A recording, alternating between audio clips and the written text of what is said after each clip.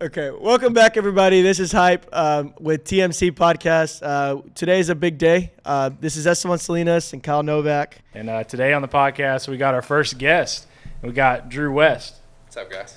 The owner of Total Nutrition. I forgot which camera I'm looking at. We got more than usual. But yeah, so Drew is someone I've known for, going on 3 years now? I think since like 2018. I met him at, or 2.5 years or so. I know I met him at a crazy time in your life, so also make sure okay, I was like when you're talking, but yeah, we met at a pretty interesting point, and it was in my college career, and then right as he had his first kid too, so that my only child. Yeah. So yeah, that's true. Hopefully. And so ever since then, we kind of just grew with a relationship. Like I said, I worked in the store probably for about a little over a year and a half. We did some side projects with like marketing and content, and he's actually the one that kind of led me into the idea and the opportunity to develop Hype, and then that's when Esteban came in, and now we're here. So it's kind of come full circle, which is pretty cool. So we just wanted to bring him on and talk about Total Nutrition, not about the Cowboys. We're both huge Cowboys fans, but rough year. It's I don't even want to talk about it. We could go have a whole podcast on. Be quiet. I got the Texans to root for. To root for? Yeah, I mean to avoid at all costs. They're a dumpster fire for sure. Yeah. And also we got some beers. We're gonna just popped one open already. I think we're already about a beer. He's already a beer and a half. Or is that your first one? No. Don't be talking for me. Hey, just one. Okay. You seem like a little crazy, but yeah, we're just gonna talk up some points, and I'm ready to get into it. So, so Drew, I know I just kind of want to get into maybe a little bit of your background and what made you get into Total Nutrition, and what were the origins of it? What made you even think about the idea? So me and my good friend, I met in 6th grade, Brody Beach. He's my business partner. We started Total Nutrition Houston together. We were both tenant reps up in Dallas, Fort Worth, and a tenant rep represents commercial real estate tenants, and you go to different landlords and you find them locations. And Total Nutrition was one of Brody's clients that I helped with, and we saw how much these guys were making, saw what they were doing, and we were kind of tired of being bitches in the commercial real estate world and wanted to go do something on our own. Both of our dads own franchises. One being my dad started all the Krispy Kreme donuts in Dallas Fort Worth, and then his dad was a silent partner in Burger King's, Pollo Camperos, World of Beer, and we had some backing that could help us start our own thing. Mm-hmm. So, quick question. Okay, I've seen the Pollo Camperos like all over the place. Have you ever? Is it good? Never been there once, so I couldn't tell you, bro. Taco Bell, though, I love. I haven't been there before either, and it looks really nice. Have you seen? But I've never seen any cars there. One time I saw a Mexican all up in there, bro. Yeah, it's marketed towards the Hispanic community, and they do well. But I think they've sold them all back to either the operators and. It seems like a Mexican KFC. Yeah, that's what I see is. from. Yeah, that's cool. But so yes, and you worked at the Krispy Kreme, right? Growing up. Oh yeah. Years of dedicated service award. I think they gave me like a jacket or something for that. So yeah, man, and I was in a place where a lot of people think, oh, when your parents and your family owns something, that you're just the guy that kind of fucks off in there. Yeah. I am the person that did not. I was the ultimate donut upseller. When someone came in for 1 dozen, they usually left with 2 dozen, and that was me. But that was the start of sales for me technically, and I outworked everyone because my dad was there every day, so I couldn't just show up and not work. And is that like what led you to actually starting your own stuff? Or no, so back to the commercial real estate thing. Got into that. We. Like I said before, excuse my language, but we were bitches. We just did paperwork for people, and we did not like what we were doing, and we wanted to make a move. So we found some real estate. Houston was a whole market that we could buy together rather than in Dallas-Fort Worth, where we grew up. We could only get like 1 or 2 stores, kind of poked around the city, and we wanted a whole market so we could kind of take control of it. And if anyone wanted to come in, they had to go through us and franchise it or partner with us. And so we made the move down here. Actually took us about a year to actually get it done. So we quit our jobs way too early, and we had a whole year off at 25 years old. It was very nice, but our parents hated us for that year. Yeah. And finally got down here. Construction took a little longer than usual. Then we started our first location, still our best location, and it was me and Brody looking like puppy dogs. When my dad left from helping us set it up, we were in there like, what do we do now? Yeah. What made you choose like nutrition, did it kind of like stick out to you beforehand, or did you have any experience in college, or?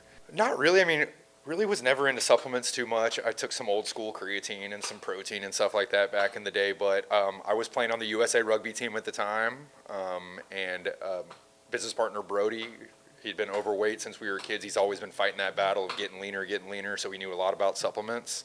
I was more the networker. Brody was more the business deal setup guy. He would get everything done behind the scenes for us.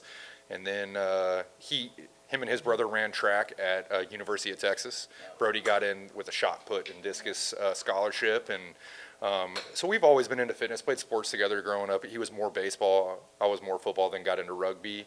And it was really just a way for us to get out on our own and start something on our own. I never knew he went to UT and did track. Yep. I need to see some. He never did highlights. a meet once. I think it was just a great way to get into the school. That's awesome. No, that's really cool. His brother ran on the 4x1 team with Jamal Charles. No He way. was the white wonder. We wondered why he was on the track with all those other guys. But yeah, then we started that first location. 6 months down the line, we opened our Midtown location in downtown Houston, and kind of took off from there. It's been a crazy run since. What was your last one? And Last location? yeah, and then where are you guys looking for now in the future? Have you had So- like different locations around Houston or what? Yes. So we got up to 8 locations before the pandemic. Before the pandemic started in that January, we got an email from our landlord to re-sign one of our leases for a Westheimer location, and it wasn't a great location, so we decided not to renew it. So we moved out of that location, and then the pandemic hit. It was the best move that we've made as a business ever.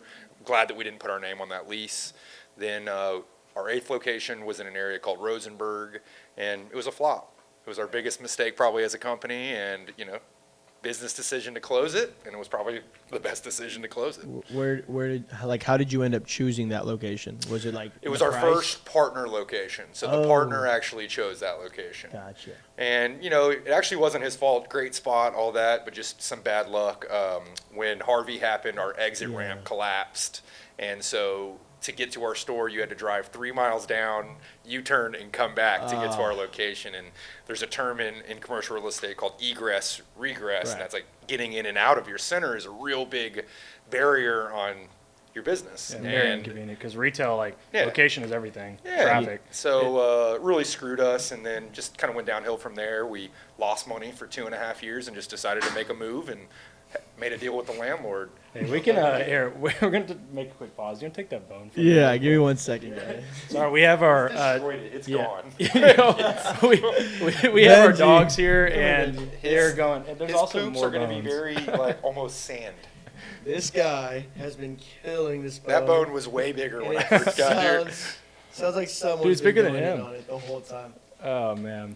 There's not much on the ground here, guys. So I have a. Before you add on, one thing that he was talking about was egress, digress, and it's like enter, exit, right? Correct. Like that's like the point of it, and they actually use those statements in like everything, like in so many different areas. Oh, Like, even in software engineering, like that's something I recently learned about was egress, degress when it comes to cloud computing and all kinds of stuff like that. And it's just really interesting that egress, degress, if you really dig into it, like literally any kind of company, any kind of thing that you do, it's That's really, big, really yeah. important. It's a huge part. It's basically where the resistance starts and the resistance ends. So that's why as soon as you said, I was like, yeah, I know so much about that. I had to like read articles just to understand what people were talking about on this. So it's pretty cool stuff. Another term that kind of seems to pop up in every business I do as well is FIFO and LIFO. Yeah. First in, No, first I'm out, an last accounting in, major. first out. Yeah. So, oh my so gosh. learning those. And in retail, they go hand in hand. And those business moves kind of, I think, will help us get our next locations rolling, learning that, hey, what if this happened? What if Right. our exit ramp collapsed? What are we going to do, And we're excited about expanding again. Like with y'all, it kind of goes back to your first location. Like you said, now like you kind of know, like you're on your 8th store now, or actually it'll be your 9th total. Like when you had y'all's first location, y'all just kind of go blind eye. Y'all are kind of arrogant to a lot of different things. You said, hey, let's start this and see where it goes. Did y'all have like a plan, and when did y'all kind of see like a real growth? We were tenant reps, okay? So in Dallas-Fort Worth, our job was to find locations for these tenants that we represented. And in Houston, I'd been to Houston maybe 4 times in my life. I had no idea where anything was, And we trusted our tenant reps, a guy named John Jameson. and he still works for NewQuest Realty. They're one of the biggest commercial real estate companies here, and he goes, you want to be in the Heights. The Heights, literally, guys, it was Section 8 housing. Yeah. It was all construction. You didn't know what was going to happen, and we were like, no, we want the Woodlands. We want Spring. We want this, because that's where we grew up, with suburbia. Yeah. And he goes, you want to be here. So we signed the deal. If we didn't trust John Jameson from NewQuest, we would not be where we're at today. He is one of the main reasons. Every time I see him at a bar or a baseball game or whatever, I buy that guy a beer because he's the reason that we're still here. That's an awesome move. Like, even on real estate in general, outside of commercial, like, it's where is the next space is being like built up. And I'm telling you, the Walmart, the LA Fitness, nothing was there. They were rolling out Section 8 houses, and they were figuring out how to make that area nice. And now you see what the Heights is today. It's hard to buy a house there because they're all $500,000 What was or across above. from the wall? you said the Walmart wasn't there. That was just open It was land? being built. Yep. Wow. You see it now, and for people who don't know, like it's just massive retail location now. Like there's just shopping centers, there's a massive Walmart, and there's just retail shops all. And of course, for people that are in Houston that are listening to this is right on Yale Street. Yale for and sure. I-10. Yeah, and so go ahead and stop by and/or the Midtown location or any of the 6 stores by that chance. Go get a sample. us. Yeah, for sure. But and I was kind of asked a question like, when did y'all like actually notice to start saying, hey, like we're seeing some like real growth? Like, did it take year 1? Did it take 2 years? We made money the first month somehow. Made money, profited. I'm not saying that we paid off our initial investment or anything, but we profited first month. Not one other store profited first month. It's because you got 2 guys in the store that gave a shit. 2 guys in the store that we were there 50, 60 hours a week. And we're only open 70 hours a week. So there was a lot of overlap, a lot of me going out and marketing. Brody would market outside in the most random places. He would get people from Radio Shack and bring them over. Like, it was the most random ways to market, and we just started networking. You know, Houston is one of those cities, 4th largest city in the nation, but it's a small little community inside the loop. And we started to just meet people. I started dating a girl that was a bartender. She knew a bunch of other bartenders. We started getting into that world, and it just transformed from there, and the networking was just insane. And then some real estate came up for the Midtown location. It was right next to tenants that we liked. You got Starbucks, Please take Chipotle, and we looked for co-tenancy, people that are going to drive traffic for us. And Starbucks is one of those things where you're constantly having people. Chipotle is our customer exactly, and so that location made a lot of sense. Then we learned what hobos were in Houston too, and they lived in our shopping centers. We could have a whole podcast on some hobo stories, because I worked in the Midtown location, and we had some interesting nights and days. So it doesn't stop. It's a 24-hour madness. scene. What is your story though with Total Nutrition? Like, when you started, did you just do retail side where you were just there selling the supplements and Can I get it from my point of view? Yeah, go for it. I'd love to. All right, so Kyle was not hired by me. I'm not going to say I would or would not have hired him, but definitely If I would have wouldn't told have. you I was a Cowboys fan. yeah. I had seen good him in the point. store a couple times before too. He had come in and bought some stuff from me, and I kind of got thrown back into the fire. Me and my wife had our child, and one of my managers quit the week of my child being born. So instead of me being able to be home 2 or 3 weeks with my wife like I was supposed to be, I was back in a week, and I had to come in, just guns a-blazing, because I had to figure out how to get employees there, and there was some stuff going down that was not fun, that I had to also put some fires out, and Kyle was there to kind of help me. And we threw him into the fire pretty quick. I think Kyler was already working for us.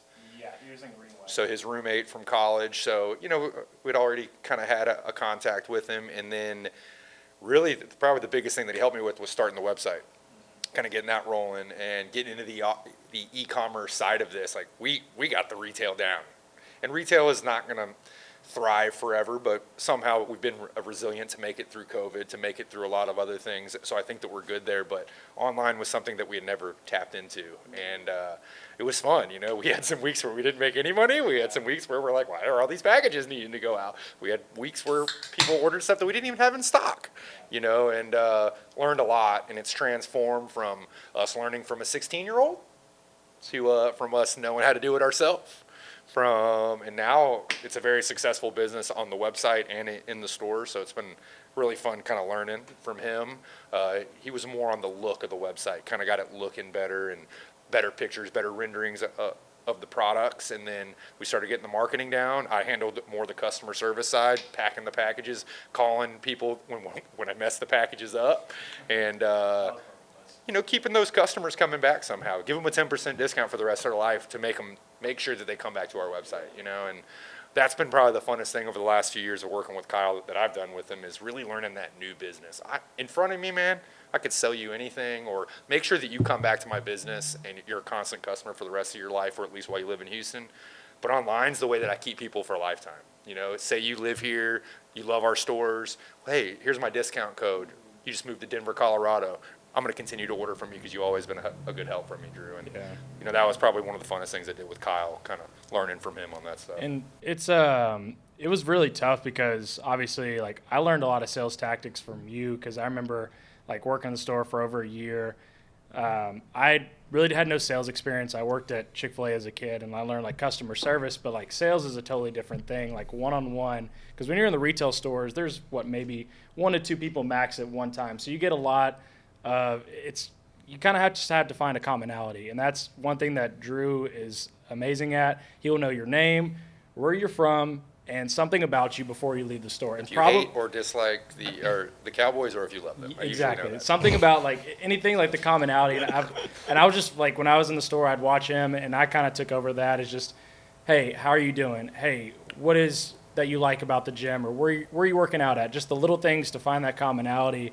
And I feel like that's, to me, Total Nutrition is, I call it the barbershop of the nutrition supplement stores, because you have 2 to 3 guys coming in just talking shop. You have the whole HPD community. Like, you've literally built a brand that is based around people. And do you think that's, like, your biggest success of, like, why y'all have grown to 8 stores now? Or is there something different?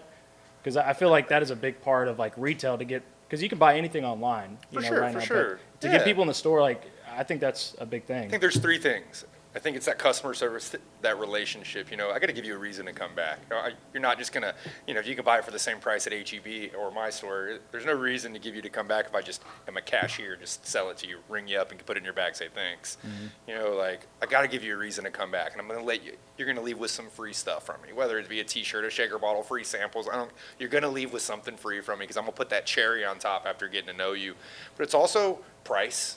We do our research to make sure that we're not overpriced. You're a Google away from finding out if I'm $5 over what you could buy it for online. And $5 to some people, man, that could be make or break. I might not get your business ever again because I just overcharge you $5. And then product quality. You can go to Walmart, you can go anywhere and buy protein all day. And I'm going to show you on the back of that label what to look for now. Why this one's better than that one. And I'm not going to say they're all bad and people are cheating labels all the time, but a lot of companies can and will, because there's no regulations in our industry. And what we try to do is be transparent. Like, guys, they could put dirt in this and we would never know. So we try to show them either it be GMP, good manufacturing practice, a stamp on there saying this is real, or just saying, hey, try this sample and come back and tell me tomorrow what you think. Yeah. Those are the things I think that have really made us different than the other places. You don't, like, that's your differentiation, right? You don't actually go into a Walmart and get a sample of anything. No. You have to, it may be a really cheap product and you fork over $25, $30 for a protein or something, but in the long term, it doesn't do much for you. But one thing that I was going to say is, like, you're talking about your differentiator, and a lot of other people don't do that, right? A lot of other people don't take the time to build trust with you, enough trust to where they come back and they say, hey, Drew, that was great. I really liked it, but it was too tingly. What can you do for me? What's next? Right? Let's go. Or, hey, it's not getting me up in the morning anymore. What can I do now? Yep. Or, hey, I'm not looking at gains anymore with this, this protein. What can I do from here? Or, and constantly things like that. And I think trust is something you guys have built with the quality of your products, with the conversations you have, just trying to get to know the person without just looking for a sale and just looking for a relationship instead. For sure. So that's pretty awesome that you guys do that. And I think something Kyle has constantly done is try to, in a way, translate that over to what we're doing. And for sure, we love that. Like, that's something I think he constantly talks about, is just how good you are at all those things. Well, the funniest thing is we actually tell our employees to treat our customers like Chick-fil-A employees treat you. And you Yeah. started at Chick-fil-A. Not gonna So lie, perfect, they huh? say my pleasure. It's the over-the-top customer service. Chick-fil-A just makes chicken, guys, but we go back every time, other than on Sundays, and we love it because it's the best, and they treat you the best, and that's what we tell them. We want you to be like Chick-fil-A in here, the best sales and customer service there is. I've been going to Chick-fil-A ever since high school, like constantly. And not until this year did I have a small bad experience. And that was they took 20 minutes Yeah. to get me food. And it was the first time ever after how many years? So I think, yeah, props you've to gone you back guys. since. Yeah, exactly. because Because you still have that trust, right? It's just mm-hmm. like here, and if it's obviously like I think walking in there because supplements in the nutrition world and the weight room, everything is intimidating about it, especially if you don't know like what you're talking about, Oh, like yeah. what even like coming in there, like I don't know what I need because I remember I don't want to talk down, but some other supplement stores when I'd go in there before I started working for Drew, one they didn't care, and then two they would just try to sell you on stuff that one they would make extra profit on, or two they just didn't care. So I remember walking in just as a customer, just I think one of the managers in the Heights, shout out DQ. I would ask all these questions, and he had an answer for every single one of them, and he wouldn't try to, upsell me. He'd just say, hey, I'll be honest with you, this is what I think you need. I think that's a part of the business, right? You don't want to make them feel, one, uncomfortable and saying, even if they're just starting in the gym or they have 10 years experience, it's a fine line, so. And you got overweight people coming in and talking to people that are in shape that love working out, and it's our job to make them feel warm and fuzzy. A lot of times when I'm talking to you, I'm going to ask you what your goal is. Even if you're overweight, I'm going to ask you, are you trying to gain weight or are you trying to lose weight? What's your goal? I don't want you to feel uncomfortable in here because I'm not judging you. I'm here to help you get to that next goal, and build a relationship, And, like all of our managers have done a great job on it. Everyone's got their own style too, like I'm the over the top getting to know you, rarely even talk about supplements. I'm usually talking to you about sports or something else anyways, but, like that's probably the best asset to us are our people. And, it's been fun teaching them, learning from them too, because I got guys now that outwork me in there. I'm not going to say the relationship building, I think I still got them on, but when it comes to sales and these guys have these processes to help people, and they just keep coming back, man. And it's crazy to see some of the suburb stores, see DQ continue to crush it at our Heights location. And it's been extremely fun. It's been a big learning experience. It's been humbling too, The industry is very misleading. Like we said before, there's no regulations. So there's all these magic pills out there that people think are just going to change their whole world, and it says it on the bottle somehow, and we're here to tell you that it's not magic. It's like this is what you have to do with this pill or with this powder to get to where you want to be.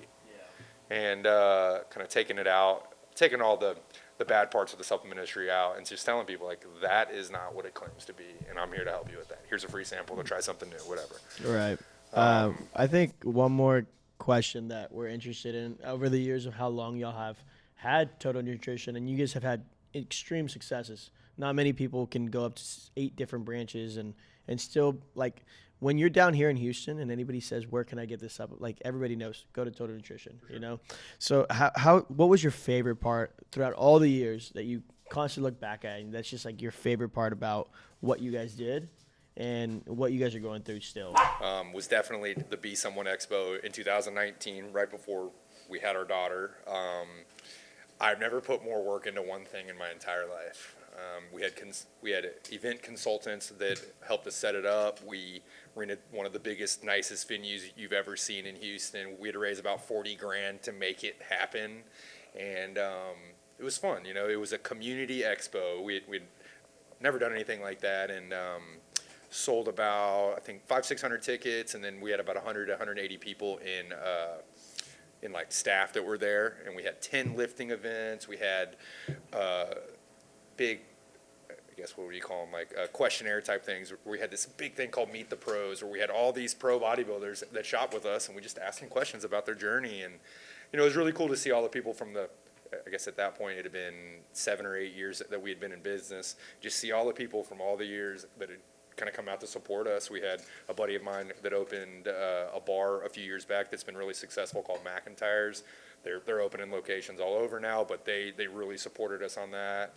And it was probably the funnest thing in my time doing this, that really it all came I guess, fruition where you're like, God, this is why you do it, seeing all these people coming out, and it was just awesome, just one of those things where you saw everyone from the community, all the gyms that you've ever gone to, and shook hands, and all those people came together at one time, and the pandemic's really slowed down for us at being able to do that again, but that's my goal for this year, is to do another one of those. Did you ever think that would come, like when you first started the Heights store, that it would come to that point? Like, wow, I have 500 tickets sold. I almost have up to 800 people at this one event for what we started. Like, two guys in a supplement shop just selling protein. Like, to now, it's bigger than that, right?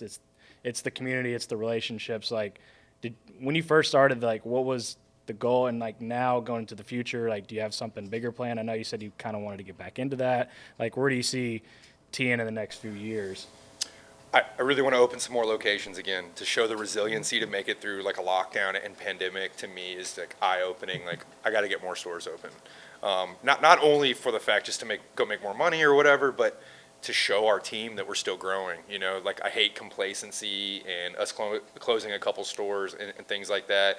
Maybe some of the employees might think that, oh, we're not opening anymore. I want to show them that we're still growing. Sales are up from last year. Like, we're back to growth, and I just want to get that back rolling again. And opening new stores is exciting. It's a headache because you're dealing with contractors and all that kind of stuff. But at the same time, when you have employees that look up to you and want to see a future, you want to give them that opportunity. They want to see a light at the end of the tunnel, and owning one of these stores, if me and Brody never split it with our dads or whatever, and me and him just owned the Heights store, we would be sitting pretty. I'm just telling you that right now. And owning one store, like, I have a lot of my employees right now that they want to go open their own store, get a business loan, they want to go own one. And if you paid yourself and you just owned it straight up, you would have a very pretty life, and it'd probably be pretty easy because you just got one place to go to for the rest of your life. And I want to get back to that growth again. That's probably my next goal. Getting the events going again, doing those things. I think we want to see what happens with COVID. Obviously, it still seemed kind of frowned upon to have huge events. Probably won't care in the next 6 months. I'll probably just do it anyways. But yeah, get back to the growth again. The online store was kind of that growth for us as owners, but our day-to-day employees, they don't get to see the benefit of that because I'm running that, and I just want them to see that again. I was meaning to ask you about that earlier as well. Is obviously when you first started, you had 100% retail, right? But how much, like, what would you say the percentages are between your retail and your online right now? 98 to 2%. It's still not like that much, but it's just been fun. It's a whole new business, and I'm running it out of our Midtown store, so there's no overhead. Yeah. It's just straight profit basically, and it's learning a whole new business. The face-to-face I'm good at, but behind a keyboard I'm not as good at. So learning that. Not many people are. That's a whole nother realm itself. Yeah, it's hard. And you kind of have to adapt as time comes. If you don't get online now, then you're kind of out of the game in some form. You're a step behind, yeah. Yeah, and even if you see an ad or whatever it is of Total Nutrition, it's just recognition, right? If you see it driving by, like, oh, I remember that brand. It's just, in the world, if you don't adapt, it's a way to not degrade your business, but slow down your business in a way. You're falling behind. It's another platform to showcase what you are and what your values are. Well, and learning the online game is tough too, because you got someone that they just ordered a package, and like literally in 2 hours, where's my package? What? Hold on. What do you usually use to get it there that fast? We're not Amazon. I'm sorry. Drones. That's what they use. And just learning that. And a lot of times the people just want a response. They're just making sure that you're not like a scam website or something. They're just like, oh, thank God it's a real person. And I'm like, hey, here's my cell phone. Text me if you have any issues. Let me know when it arrives. If it arrives late, I'll take care of you on your next order. And doing the same things that we're doing in the store, but through email, through text, through phone, not seeing these people face to face, it's just been a whole new thing to learn. This is a question for both of y'all, basically. Since both of y'all kind of have started your own things, what has been like one of your biggest weaknesses that you have like taken a lot of time to continuously work on and continuously try to better? Or even if it's just a huge, determinant in your life at the moment. I'm just curious what you're taking, the steps you're taking, and then what you're doing. I guess the biggest thing that I've noticed, and even when I was working with you, Drew, like on the website, because obviously I was still, COVID hit when we really started to work on the website, right? Or like when we really said, hey, this is slowed down for you. So exactly. And when we did that for a few months, I had that to focus on, and the growth was pretty good. But then my business started picking back up, and the results kind of showed too. So I've realized it's hard to dabble into things and then get out of it. Like, it's really, you have to zone in on something, and you have to lock in on it, and you have to basically go at it until you reach that goal or whatever it is. Yeah, time management. And if not, you're going to be hopping into here, hopping into here, hopping into here, hoping for the best results, but nothing ever happens. It's always kind of half-ass. yeah, it's half-assing a lot of things. When you think, you can have a lot of ideas, and especially as a kid, that was always me. I love to hop around into different avenues and try different things, but until you focus on something, and that's why I told Drew, I was like, hey, I still want to eventually come back here and have business with you guys somehow, and look at us now, and then now what we're going all in with hype. So it's kind of cool to see it full circle, but yeah, I don't know what's your biggest thing, but I know that going into a full-time business, that was Time mine. management, I'm super ADD, guys. I got a million things going on at once. You've worked with me enough to know that. And I'm the kind of person where if I have something on my desk that day and I got a customer that comes in that I haven't seen in 5 years, I'm going to bro out with that customer. I don't give a shit what's on the table, bro. That's just me, I'd rather catch up with that person than finish what I have to do that day, because it's not like detrimental to my company. Maybe it's just something I need to get done. So I'd say definitely the time management side, but then, guys, I'm just going to be honest. I don't know if y'all done this yet, but managing people. That's the thing I got to get better at. I got to be better at telling the difficult things when I need to say the difficult things. And I'm really good at the pump up and telling them when they've done a good job, but when I got to say that difficult thing, I got to get better at that. I got to get better at saying no, because I'm a yes man. And managing people is like herding cats, guys, especially in the fitness world. You got a bunch of fucking meatheads, and literally everyone's got their own ego, their own personality. I'm not saying they're all bad or good in any way. We hire great people, so I got no issues with them. But it's, how do I make sure that I'm getting the most out of them while getting all my stuff done and living my life, raising my daughter, being a good husband, all those things. It's rough, and sometimes at home you're stressed from work and now you're taking it out on your wife and kid, and you got and I'm not saying anything bad, but it's maybe I'm not my normal self because I had a bad day that day. Yeah, I can relate with that a lot. It just seems like no matter what, there's always an avenue that's lacking in some way, and it's just hard to keep up with all the avenues. But I think something that I've recently have been hearing a lot is it's better to be consistently good instead of sometimes great. Yeah. And I struggle with that a lot, where I am just I put so much energy into something and great at it for a spurt of energy. But then there's another avenue in my life that's kind of going down, so I don't give it enough attention. So what I'm saying is if you just focus on just being good enough, right? And maybe maybe not good enough is the right word, or phrase, but being good might be better than just using all your energy on one avenue and trying to spread yourself a little thinner than that. And yeah, that's been a hard one with all the things that we have, all the avenues, Delegating. Yeah. That's one thing I've gotten better at over the years. And my business partner Brody will joke at me. He's like, "Sure, you've gotten so good at delegating that sometimes you don't even do anything because you've delegated everything." And but the one thing I know I'm going to do is when someone walks in that store and I know them, it's game over. I drop everything I'm doing and they're my center of attention. So I got that. Maybe that's my great thing, and I do other things good. But the relationship building, I'm never going to stop doing. I'm gonna keep shaking hands and kissing ass for the rest of my life, guys. And my dad and other people say I might be the ultimate bullshitter, and maybe I am, but I'm gonna get your name and number, and we're gonna be bros for a while after that. And it's gonna be genuine. Most people say that, and they're like, Drew, you seem to know everyone, but you genuinely you want to be my friend. Mm-hmm. It's not like you're just doing it for money or whatever. You genuinely want to hang out later, or grab a beer or whatever. And those are the things I'm going to keep doing. I'm going to at least keep being great at that. Figure out how to delegate or get better at some of these other things too. Yeah. This man won't stop. It seems like that. It seems like not only you taking the time to know everybody, you just want to know everybody, but all the other things that we've talked about today, seems like that's the big reason why people know Total Nutrition here in Houston. People go to Total Nutrition when they're like, oh, January's coming around, time to change my lifestyle. And straight to Total Nutrition, and they're so ready to go. And that's definitely one of the huge reasons why everybody loves Total Nutrition in Houston.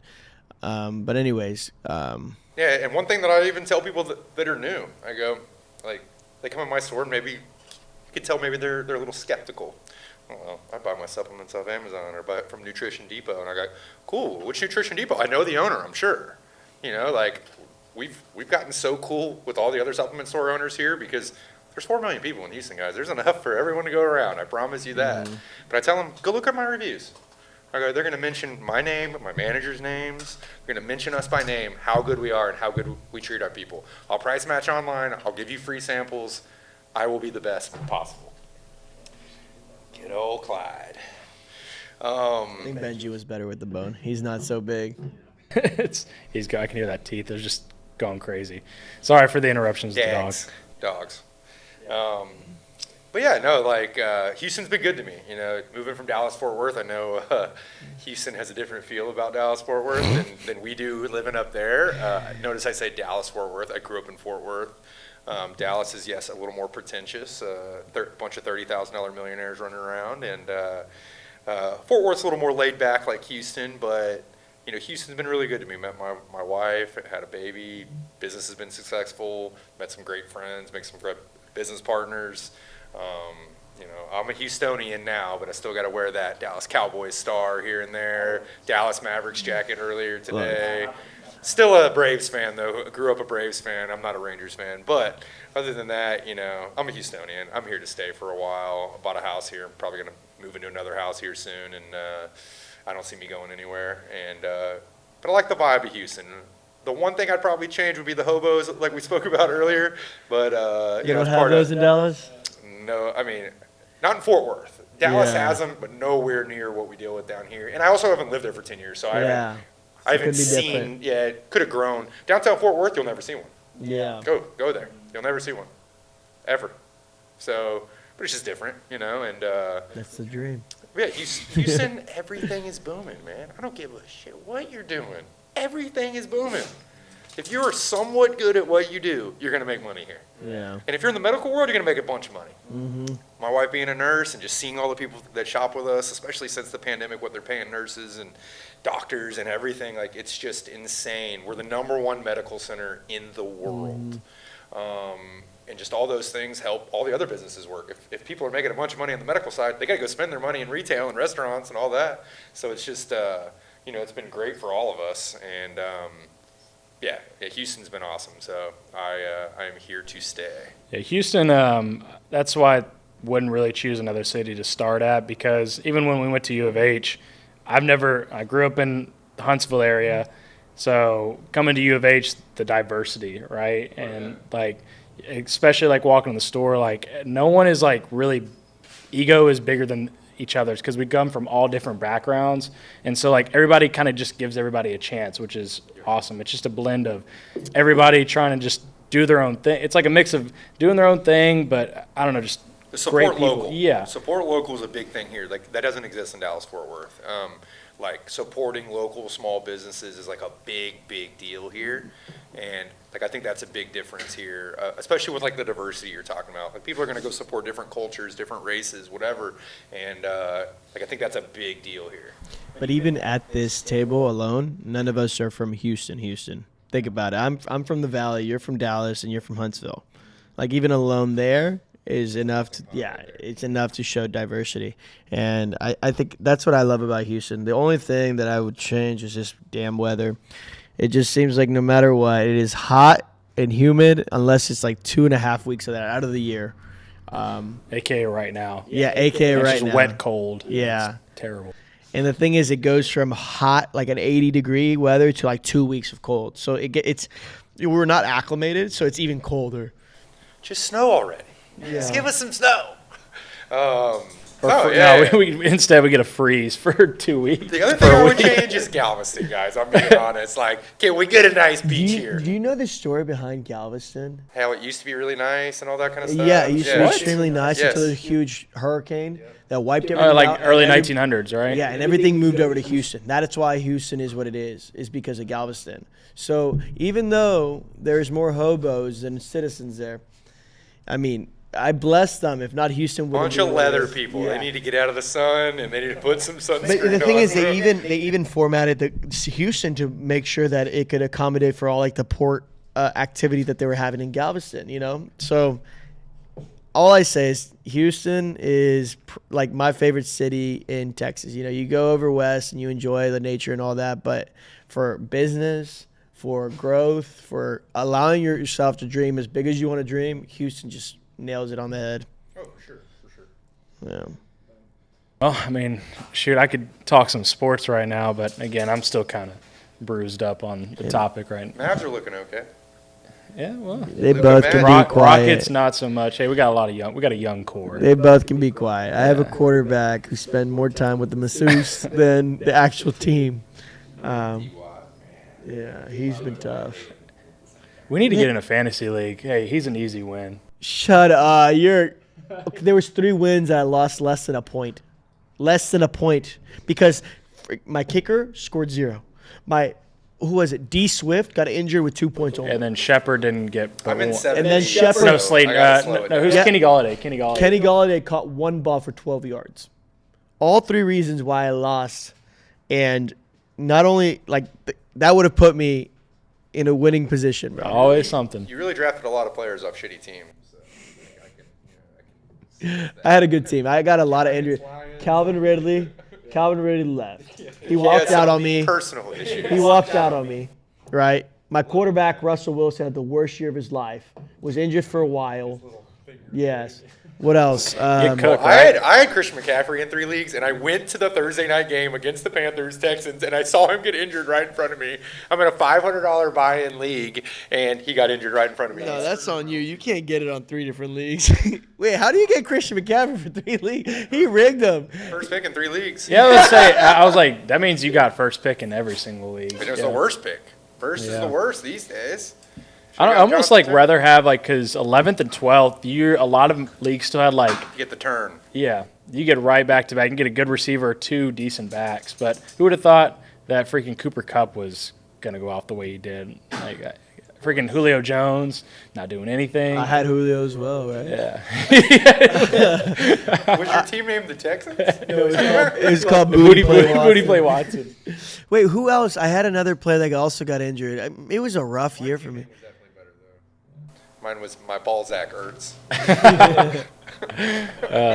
All right, next year we're starting a league. I don't know about $500 buy. No, So I've been in that league since I was 15. Wait, I'm is- 34.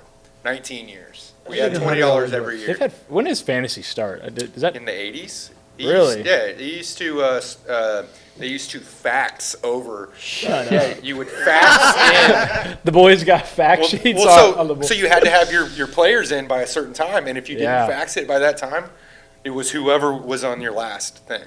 Those boys in the 80s were in a different generation, dude. That was awesome. I thought that it started when computer early 2000s kind of deal. It's like how I used to play the old NCAA in Madden. I'd ride my bike down the street with my memory card and hand it to my boy, Yep. and he'd play his game, and he'd ride his bike down to our other boy, and he'd play his game. He'd bring it back, and we'd be done with that week. Don't get if you know Drew, don't get with him on Madden. It's just gonna be a disappointing experience. I'm sorry. I thought I was good on Madden until I played. Nah, you're not good. I've watched you play. No, hear me out. I watched you play, and you played my boy Miles. Both of y'all are trash. When I get into Madden, like my brother and I grew up playing. My brother's a god at Madden. He will literally work anybody. Because we played, we did football tournaments and all that, right? 7-on-7, all that. And every time you bring your system, everybody brings their system. We play FIFA, 2K, and Madden. I'm telling you, if you give me 2 months' time to get back into Madden, you're going to get worked. Yeah. No, I'm being serious. Have you ever scored 139 touchdowns in one season on a franchise? 'Cause It's I have. different. It's I've had a wide receiver have 37 touchdowns in one season. I have not played seasons. and this is all Madden, so it's not like it's. It's the max. I'm on. That's how serious I am on FIFA. On FIFA, I'm gonna know when you're in man, and I'm gonna run a slant, and you're gonna know it's coming, and you can't stop it. And then once you figure out how to cover his man, he runs this he'll get someone like a Kyle Pitts-esque tight end run a seam. Seam right down the middle. Right down the middle? It works every time. Yeah, but he has Tyreek Hill on the outside, so you have to play over top Because if not, he pressed that double triangle or something, whatever, double X. Magic. It's called rack catch. Yeah, and he Or just catch. and so he doesn't like stop. He just it grows right in Fades, the, yeah. So it's just frustrating. And that's square. yeah. Yeah. That was just a wise, like the crazy catch, right? Yeah, aggressive catch. But you got to know when to do that too, because if you do the rack catch and they go up aggressive, they might pick it from you right then. Right. So I haven't played since 2018, maybe. I've had every single one since '99. The thing is, I still have had them. I've had them, but I didn't play them. But I didn't get better until I started playing in these online Yeah. fantasy leagues. And what you do is you actually have a 55-round draft of the entire Yeah. NFL. We did 55 COVID. rounds. It takes 5 hours to do. Yeah. I'm not lying. But then you start it, and now, but it's how do you pick? Do I want some old guys? Do I want some young guys? Do I want, am I going to base this on longevity, or do I want guys to be good now? And so I have the youngest, fastest team. That's just what I do. I just get rookies and speed, and I build them up myself. And I haven't played in probably 5 months, and I've really been missing that. But I've been going crazy on not sports, guys. Mario Kart. Just shut up. It's the best. Wait, what have they made with that though? Like the only thing I remember is playing it against other people that I know. Like you just play online, or like what is the chaser on it? You know what I mean? What is You're just online. You're just trying to get your points higher. Like so, you Okay. get subtracted points or added points based on the places you get in each round. But Okay. you're playing against people around the world, people from China, people Yeah. whatever, and you can't talk any crap or anything. that Like, sucks. I I know, would I have really know. put it together. But it's not like there's any like what am I going to tell you something in Mandarin? Like I'm not going to tell you. There's no Call of Duty lobby. If you were cold, Yeah. you would. You could look it up real quick. Go Google Translate. Yeah. What's that thing called? Babbel? The little app thing? Put it on your But- speaker. Yeah. But You walk no, on each it's one. just one of those ones where it's like, dude, these guys are so insane on this. And I really learned it from our next door neighbor, Neil. Neil's Bar, shout out, by the way. If you ever want to do a Mario Kart party or Super Smash Brothers, I'm not into Super Smash Brothers. I'm into Super Smash. Yeah, it's a really cool I mean, bar, by the way. really everything growing up. All those games were so fun. My favorite though, I think, was Pokemon. People didn't play that enough. That game is awesome. I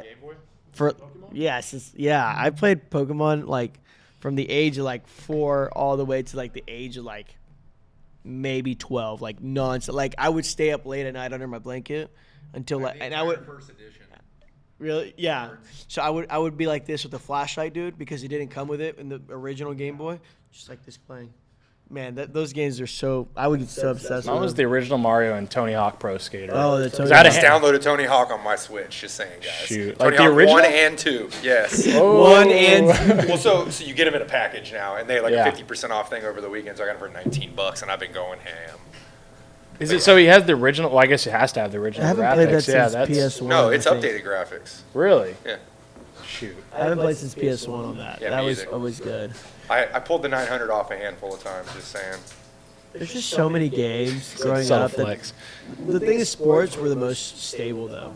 Yeah, all the like sports NCAA were fun football. Since I was But the worst part about Madden and NBA 2K is you were buying the same game Yeah. with just Updated rosters, But then as the internet got better, you could just update the rosters yourself. So I didn't buy every year's NBA 2K. I think I'd get like every other year. But then Madden I got every year still, just because you just had to. Miles is really nice. My buddy Miles, he's extremely good at 2K. I'm not as good on 2K as I am. He's extremely good. Benji, can we not do that? Okay, so on that note, Yeah. go ahead, Kyle, take it away. Yeah, I'm gonna have to get a new NCAA football. I'm sorry, I'm excited for that one. Wait, what? You know that there's a NCAA football's coming. This Benji, summer, enough. July. July, they're Yeah, saying. July. The new NCAA, they're remastering it. Oh yeah, we're getting it. 2023. Road to Glory all day. Okay, Road to Glory is the. I'm down. I have a PS5, so I need to get one still. yeah, I'll sell you mine, cause I want the Xbox so bad. I really do, cause of Halo. Anyways, let's go back to what we were saying. Drew, this has been a great time. Not only did I learn a lot about you guys and where you guys started, but I also took a lot of the things that you have been saying that is the reason why you guys are so successful. And I'm just excited to kind of take that on and do the same thing for Hype and just grow as much as we can with you guys. But anyways, Kyle, take it away. Yeah, I just want to say also shout out to Drew and all of his guys for being the first retailers to take on our product and really help us out and get us basically a jump start to get a name for us out there in the Houston community and really just allowing us to grow. So we really appreciate that. So y'all have, I just wanted to give a quick location for you. So you have Heights, Midtown, what is it? Greenway Plaza, Friendswood, Cinco Ranch, and Atascocita. Yeah, and so please, if you're in the area anywhere around Houston, go check them out. Go grab a sample. Go talk shop with any of the managers, and just go see if there's anything that can improve your lifestyle or health. I guarantee there's something. Just come grab a free sample. Yeah. Like literally, come in and shoot the shit with the guys, and just have a good time and get some free stuff. Like our motto is no one leaves the store without something in their hand. So if you don't buy something, you're still gonna leave with something. And who knows, you might end up having a beer with Drew. Yeah, that could be a high possibility. Or seven. Just like we're doing. But hopefully maybe we can do this again soon. I had a good time. So, but yeah, I think that kind of wraps it up. Esteban, you good? The only last note is, guys, go grab a beer with Drew. Go over there to Total Nutrition. There's no harm at all. Go grab free samples. You literally can show up every day, and they won't tell you anything. So go enjoy that. All the locations have great managers. They're all very similar. They've kind of picked up from Drew all the great qualities he has. Except for Mike Henson, he sucks. Yeah, Mike definitely sucks. Yeah, we didn't really like Mike. He wears the shortest shorts possible. But that's besides the point. But anyways, go ahead and take it away, Kyle. All right, so that wraps up episode 5. 69? Oh, Yeah. got it. Yeah, getting close. But so that wraps up episode 5 of the Marathon Continues podcast. My name is Kyle Novak. And Esteban Salinas. And this is Drew West. And we'll see you next time. Thanks, guys.